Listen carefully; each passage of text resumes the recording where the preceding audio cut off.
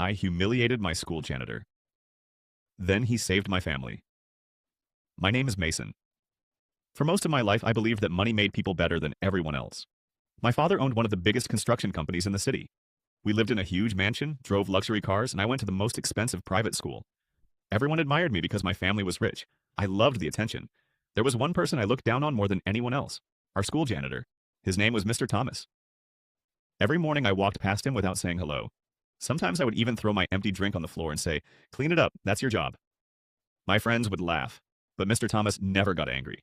He would simply smile and say, "I hope one day you learn that kindness is worth more than money."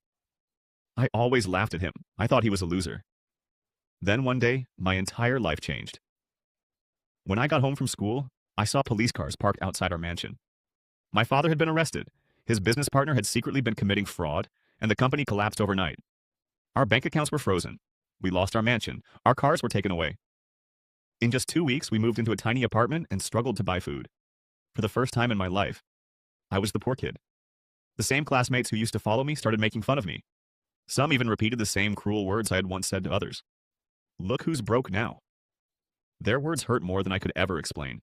I finally understood how painful it felt to be treated with disrespect. Things became even harder when my father couldn't find another job. No company wanted to hire someone connected to such a big scandal. One evening, I saw my mother quietly crying because we didn't have enough money to pay next month's rent. It was the first time I had ever seen her cry.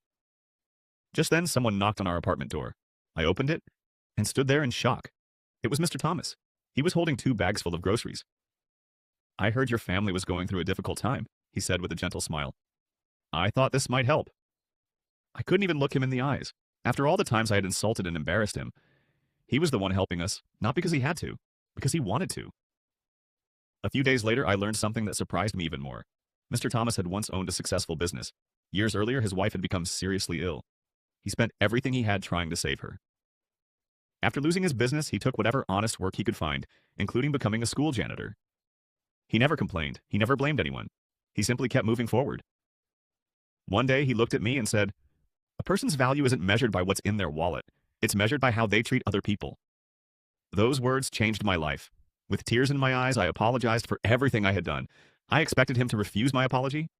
Instead, he smiled and said, "The fact that you're truly sorry means you're already becoming a better man." From that day on, I stayed after school to help him with his work. Not because anyone forced me, because I wanted to. For the first time in my life, I understood what real respect meant. My family lost all of our money, but I gained something much more valuable: humility. Sometimes losing everything is the only way to discover what truly matters.